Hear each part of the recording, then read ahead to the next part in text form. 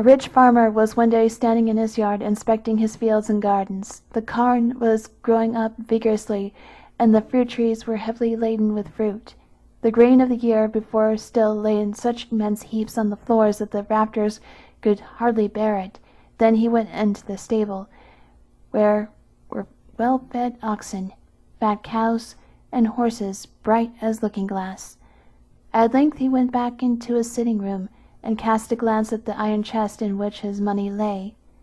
Whilst he was thus standing surveying his riches, all at once there was a loud knock close by him. The knock was not at the door of his room, but at the door of his heart.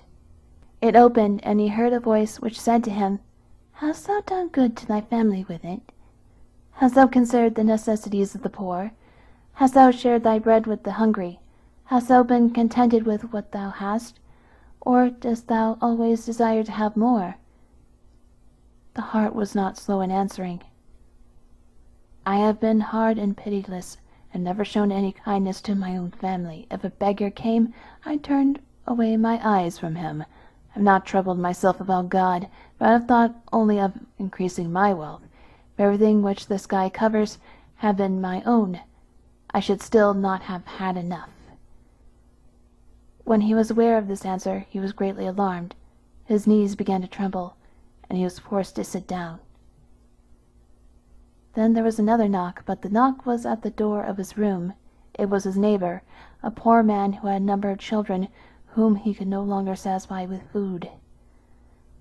"I know," thought the poor man, "that my neighbor is rich, but he is hard as he is rich. I don't believe he will help me, but my children are crying for bed, so I will venture it."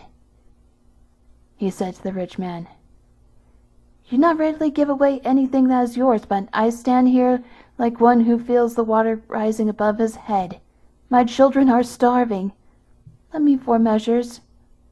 The corn?" The rich man looked at him long, and then the first sunbeam of mercy began to melt away a drop of the ice of greediness. "I will not lend thee 4 measures," he answered, "but I will make thee a present of 8, but thou must fulfill one condition." "What am I to do?" said the poor man. "When I am dead, thou shalt watch for 3 nights by my grave." The peasant was disturbed in his mind at this request, but in the need in which he was, he would have consented to anything. He accepted, therefore, and carried the corn home with him.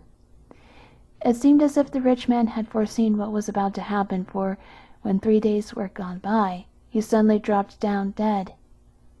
No one knew exactly how it came to pass, but no one grieved for him. When he was buried, the poor man remembered his promise.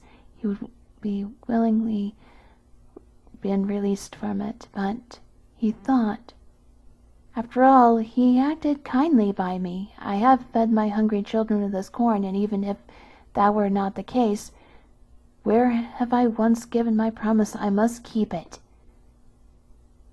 At nightfall he went into the churchyard and seated himself on the grave mound. Everything was quiet, only the moon appeared above the grave, and frequently an owl flew past and uttered her melancholy cry. When the sun rose, the poor man betook himself in safety to his home. In the same manner the second night passed quietly by. On the evening of the 3rd day he felt a strange uneasiness. It seemed to him that something was about to happen. When he went out, he saw, by the churchyard wall, a man he had never seen before. He was no longer young, but had scars on his face, and his eyes looked sharply and eagerly around. He was entirely covered with an old cloak, and nothing was visible but his great riding boots. "What are you looking for here?" the peasant asked. "Are you not afraid of the lonely churchyard?" "I'm looking for nothing," he answered, "and I'm afraid of nothing. I'm like the youngster who went forth to learn how to shiver, and had his labor for his pains, but got the king's daughter to wife, and great wealth with her, only I have remained poor. I am nothing but a paid-off soldier, and I mean to pass the night here, because I have no other shelter." "If you are without fear," said the peasant, "stay with me, and help me to watch that grave there." To keep watch is a soldier's business, he replied. Whatever we fall in with here, whether it be good or bad, you shall share it between us. The peasant agreed to this, and they seated themselves on the grave together. All was quiet until midnight, when suddenly a shrill whistling was heard in the air, and the two watchers perceived the evil one standing boldly before them. "Be off, you ragamuffins!" cried he to them. "The man who lies in that grave belongs to me. I want to take him, and if you don't go away, I will wring your necks." "Sir with the red feather," said the soldier, "you are not my captain. I have no need to obey you. I have not yet learned how to fear.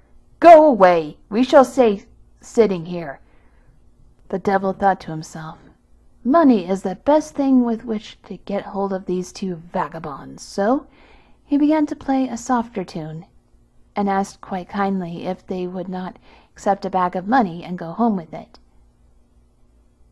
"That is worth listening to," answered the soldier, "but 1 bag of gold will not serve us. If you'll give us as much as will go into one of my boots, we will quit the field for you and go away." "I have not so much as that about me," said the devil, "but I will fetch it. In the neighboring town lives a money changer who is a good friend of mine, and I'll readily advance it to me." When the devil had vanished, the soldier took his left boot off and said, "We will soon pull the charcoal burner's nose for him. Just give me your knife, comrade." He cut the sole off the boot and put it in the high grass near the grave on the edge of the hole that was half overgrown. "That'll do," said he. "Now the chimney sweep may come." They both sat down and waited, and it was not long before the devil returned with a small bag of gold in his hand. "Just pour it in," said the soldier, raising up the boot a little, "but that will not be enough." The dark one shook out all that was in the bag, the gold fell through, and the boot remained empty. "Stupid devil!" cried the soldier. "It will not do. Didn't I say so at once? Go back again and bring more." The devil shook his head, went, and in an hour's time came with a much larger bag under his arm. "Now pour it in," cried the soldier, "but I doubt the boot will not be full." The gold clinked as it fell, but the boot remained empty. The devil looked at himself with his burning eyes, and convinced himself of the truth. "You have shamefully big calves to your legs," cried he, and made a wary face. "Did you think," replied the soldier, "that I had a cloven foot like you? Since when have you been so stingy? See that you get more gold together, or our bargain will come to nothing." The wicked one went off again. This time he stayed away longer, and when at length he appeared, he was panting under the weight of a sack which lay on his shoulders. He emptied it into the boot, which was just as far from being filled as before. He became furious, and was just going to tear the boot out of the soldier's hands, but at that moment the first ray of the sun broke forth from the sky, and the evil spirit fled away with loud shrieks. The poor soul was saved. The peasant wished to divide the gold, but the soldier said, "Give what falls to my lot to the poor. I'll come with thee to thy cottage, and together we'll live and rest in peace on what remains, as long as God is pleased to permit."